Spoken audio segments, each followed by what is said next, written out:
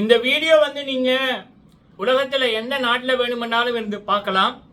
உங்களோட வீட்டை வந்து யாராவது விஜய் ரசிகர்கள், அது எத்தனை வயசுல இருந்தவர்களாக இருக்கட்டும், 10 வயசா இருக்கட்டும், 15 வயசா இருக்கட்டும், 25 வயசா இருக்கட்டும், 50 வயசா இருக்கட்டும், 80 வயசா இருக்கட்டும், 90 வயசா இருக்கட்டும். ஏன் அப்படின்னா விஜய் ரசிகர்கள் எல்லாருமே ஒரு 5 வயசு குழந்தையோட மனநிலை எப்படி இருக்குமோ அதே மாதிரி தான் 50 வயசுலையும் இருக்குது. அதாவது அந்த மன வளர்ச்சி என்றது வளர்ச்சி அடையாமல் அப்படியே இருக்குது. அதனால தான் அவர்கள் விஜய் ரசிகர்கள், விஜய் வரியர்கள். பொதுவாக வந்து தற்குறி கூட்டம் அப்படின்வாங்க. அப்போ அவங்களுக்கு, அந்த நபர்களை வீட்டில் வச்சிருப்பவர்களுக்கு, அது அப்பா அம்மாவா இருக்கலாம், அண்ணன் தங்கையா இருக்கலாம், இல்லை மனைவியா இருக்கலாம், இல்லை வேற எந்த பேரன் பேத்தியா இருக்கலாம். உங்க வீட்டை இப்படி விஜய் ரசிகர்கள் இருந்தாங்க அப்படின்னா மே 4ஆம் தேதிக்கு அப்புறம் இந்த எலெக்ஷன், தமிழ்நாட்டு எலெக்ஷன் ரிசல்ட் வெளியானதுக்கு அப்புறம் அவங்கள தயவு செய்து இந்த சோசியல் மீடியா ஒரு குறைஞ்சது ஒரு 7-8 நாட்களுக்கு பார்க்க விடாதீங்க. ஏன்னா இவங்க எல்லாருமே வந்து நம்பிக்கொண்டிருக்காங்க சோசியல் மீடியாவில் அந்த விஜயோட ப்ரொமோஷன், இந்த விஜயோட அந்த பிஆர் டீம், ரூட் மாஃபியா ஜெகதீஷ் என்ற ஒரு நபரோட அந்த ரூட் மாஃபியா பண்ற அந்த அதிபயங்கர கோடிக்கணக்கான காசுகளை செலவழிச்சு இப்ப உலகெங்கும் இருக்கிற பிஆர் டீமை வச்சு விஜய்க்கு பண்ற ப்ரொமோஷனை பார்த்துட்டு இந்த விஜயா ஃபாலோ பண்றவங்க எந்த வயசுல இருந்தவங்களாலும் நம்பிக்கொண்டிருக்காங்க விஜய் தான் முதல்வர் அப்படின்னு. ஆக்சுவலா உண்மை என்ன அப்படின்னா விஜய்க்கு டிபாசிட் கூட கிடைக்காது. சரியா? இது வரைக்கும் தமிழ்நாட்டு எலெக்ஷன்ல யாருமே வாங்காத ஒரு செருப்படியா விஜயோட கட்சி வந்து வாங்க போகுது.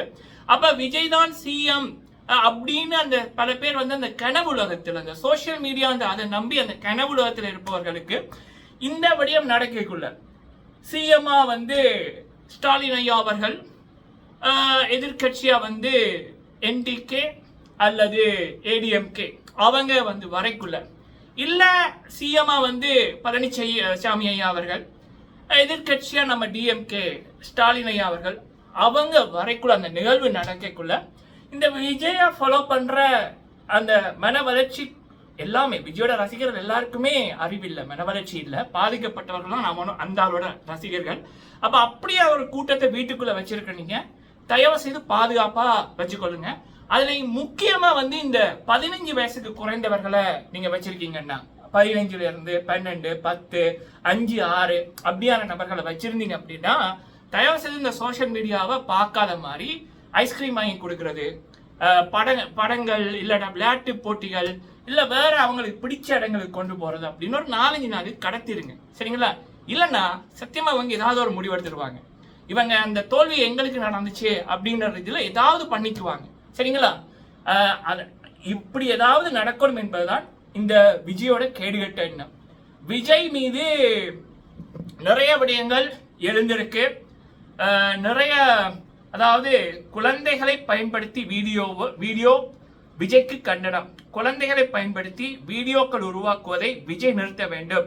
எமோஷனல் பிளாக்மெயில் கொண்ட ரீல்ஸ், ஷார்ட்ஸ் பகிர்வதை தவிர்க்க வேண்டும். பொதுமக்களிடம் மன்னிப்பு கோர வேண்டும் என்று விஜய்க்கு தமிழ்நாடு குழந்தைகள் உரிமைகள் கண்காணிப்பகம் கடிதம். குழந்தைகளை உணர்ச்சி ரீதியாக கையாளுவதை பகிரங்கமாக கண்டிக்க வேண்டும் எனவும் தேர்தல் ஆணையத்தின் வழிகாட்டுதல்கள் மீறப்பட்டுள்ளதாக தேர்தல் ஆணைக்குழுக்கு புகார். அதாவது அந்த குழந்தைகள் அவ்வளவு தூரம் இருந்தால் வந்து அந்த குழந்தைகளோட அந்த ஒரு குழந்தைகள்னா அவங்களுடைய எப்படி இருக்கும் அதை அப்படியே எடுத்து பெற்றவர்களுக்கு எதிராக தூண்டி விட்டு நிறைய விடயங்கள் இந்த விஜய் என்ற ஒரு ஆள் பண்ணியிருக்கு. அப்ப இதன் விளைவு என்னன்னா இந்த விஜய்க்கு ஒரு தோல்வி, மேனாலும் படுதோல்விதான். அப்ப அது வந்து யாரை பாதிக்கும்னா குழந்தைகளை பாதிக்கும். அந்த குழந்தைகள் எந்த முடிவுக்கும் எடுக்க போவார்கள். சரிங்களா? 10 வயசுக்கு மேற்பட்டவர்கள் பெரியவர்களுக்கு எதிராக கூட திரும்ப வாய்ப்பு இருக்கு. அதனால தயவு செய்து அப்படியான நபர்களை வீட்டை வச்சிருக்கீங்க, அவங்களையும் பாதுகாத்துக் கொள்ளுங்க, உங்களையும் பாதுகாத்துக் கொள்ளுங்க. சரிங்களா? இது வந்து நம்மளுடைய மரியதாஸ் சார் அவர்கள், மரியதாஸ் ஆன்சவர்ஸ் அப்படின்றவங்க ஒரு பெரிய ஜேர்னலிஸ்ட், யூடியூபர், சமூக அக்கறைவாளர். அவர் வந்து இந்த விடயத்தை மன ரீதியா சொல்லியிருக்காரு. இதைத்தான் பல பேர் சொல்லி கொண்டிருக்காங்க. சரிங்களா? இந்த விஜயன்றாலு வெளிநாட்டுக்கு டிக்கெட் போட்டாச்சு, மே 4க்கு அப்புறம் உன்னை கூட்டிட்டு ஓடிடுவாரு. அந்த ஆள் அதுக்கப்புறம் 3-4 மாசம் வரமாட்டாரு. ஆனா இங்க இவரால் பாதிக்கப்பட்டவர்கள் என்ன முடிவும் எடுப்பாரு. சரிங்களா?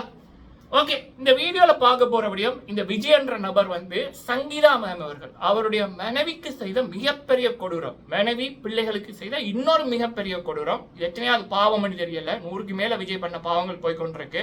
51 உயிர்களை அளித்தவருக்கு என்ன சொல்லலாம். சரி, அது என்ன அப்படி என்பது. ஸோ இதுதான் முக்கியமா சங்கீதா மேம் அவர்களுடைய அந்த கோபத்துக்கான காரணம். அடுத்தது வாய்சன் ராசே அவர்கள் கில்மிசா அவர்கள் சொன்ன ஒரு விடயம். சரிங்களா, நீங்க போடுற லைக்கு இந்த வீடியோவை பல பேருக்கு கொண்டு போய் சேர்க்க உதவும். முடிந்தால் லைக் பண்ணுங்க, ஷேர் பண்ணுங்க. உங்களுடைய கேள்விகள் கருத்துக்கள் இருந்துச்சுன்னா கேளுங்க, சொல்லுங்க. அதை பத்தி அடுத்த வீடியோல பார்க்கலாம். அதாவது திரிஷா பேர்லையும் அவ அம்மா பேர்லையும் சொத்தை எல்லாம் மாத்திருக்கான். 40 கோடிக்கு புதுசா சொத்து வாங்கி கொடுத்திருக்கான். இந்த விஜய் என்ற நபர் வந்து சங்கீதா மேம் அவர்கள் சொல்லியிருப்பாங்க, கடந்த 5 வருஷமா மன உளைச்சல்ல இருந்தேன் அப்படின்னு. அதாவது 2021ஆம் ஆண்டு இவங்களுக்கு தெரிஞ்சிட்டது தன்னுடைய புருஷனோட கள்ளத்தொடர்பு, காசுகள் எங்கெல்லாம் போகுது அப்படின்னு. ஆனா அப்படி இருந்தும் அந்த பெண் கடவுளுக்கு வேண்டுதல் வச்சு விஜயோட அப்பன் அம்மா இந்த 2 பேரோட கெஞ்சல்கள் பொறுத்துக்கொள்ளுமா அப்படின்னு இதனால ஒரு நம்பிக்கையில் அந்த பொண்ணு பார்த்து கொண்டிருந்தாங்க. ஆனா நாளுக்கு நாள் இவங்களுக்கான அதிகாரத்தை குறைச்சு, இவங்களுக்கான நிதி ரீதியான விடயங்களை குறைச்சு, இவங்களுக்கு குறைச்சிருந்ததை கூட வந்து பெருசா எடுக்கல. ஆனா பிள்ளைகளோட எதிர்காலத்துக்கும் ஒரு தகப்பன் அந்த கள்ள உறவுக்காக தடையா இருப்பதும், பிள்ளைகள் ஆசைப்பட்டதை மகள் படிக்க நினைச்சத வேண்டாம்னு சொன்னதும், அதை கண்டுக்காததும், மகளோட படிப்புகளுக்கு உதவாம அதை நிறுத்தணும் அப்படின்னு பண்ணதும்னு எக்கச்சக்கமான விடயங்கள் இந்த விஜய் என்ற நபர் பண்ணியிருக்காரு. இதன் விளைவாக 5 வருஷம் போராடின சங்கீதா மேம் அவர்கள் அதுக்கப்புறம் ஒரு முடிவெடுத்தாங்க. அதுதான் கோர்ட்டுக்கு வந்துச்சு. இப்ப வழக்கு ஜூன் 15 வரைக்கும் போயிருக்கு. சரிங்களா, இதுல முக்கியமான ஒரு விடயம் இப்ப வெளியில வந்திருக்கு. என்னன்னா 40 கோடி ரூபாய்க்கு வந்து விஜய் திரிஷாவுக்கும் அவங்க அம்மாவுக்கும் வீடு வாங்கி கொடுத்துருக்கு. திரிஷா அவங்க அம்மாவோட தான் இருக்காங்க. அப்ப அந்த வீட்டுக்கு தான் ஷூட்டிங் முடிச்சுட்டு எல்லாம் போவான் அப்படின்ற ரீதியில பெரிய நபர்களை இப்ப வெளிப்படையா சொல்லியிருக்காங்க. விஜய் தன்னோட டிரைவரோட மகனுக்கு இந்த ஷீட்டு கொடுத்தேன்னு சொன்னாங்கல்ல, அந்த டிரைவருக்கு விஜயை பத்தி எல்லாமே தெரியும். அந்த வீடுகளுக்கு கொண்டு போயிட்டு வர்றது எல்லாமே அந்த டிரைவர் தான். அதனால தனக்கு உண்மை தெரிஞ்சவர்களை விட முடியாதுல்ல, விட்டா எல்லாம் நாரிடுமில்ல. அதனாலதான் அந்த சீட்டு வந்து போனது. இப்படி ஒரு கேவலமான ஒரு மனித பிறவி என்னோட வாழ்க்கையில ஏன் படத்துல கூட பார்க்கல. விஜய் என்ற ஒரு அசிங்கம் என்றதான் உண்மை. சி என்றிருக்குல்ல. இது ஒரு விடய மக்களே.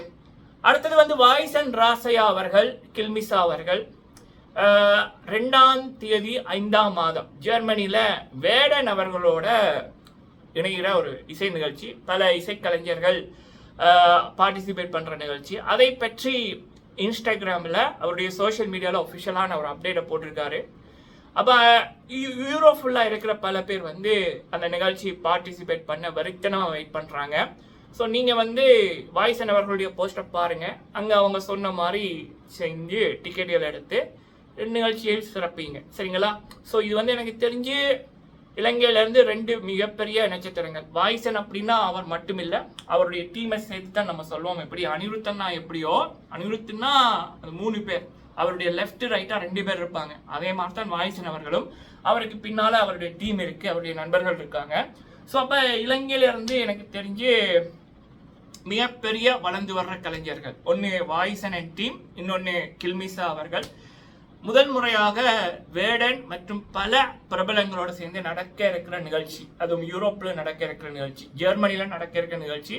இந்த நிகழ்ச்சி வரலாறு காணாத ஒரு மிகப்பெரிய வெற்றி பெறணும் அப்படி என்பது நம்மளுடைய வாழ்த்துக்கள். நீங்கள் சிறப்பியுங்கள். சரிங்களா, நன்றி.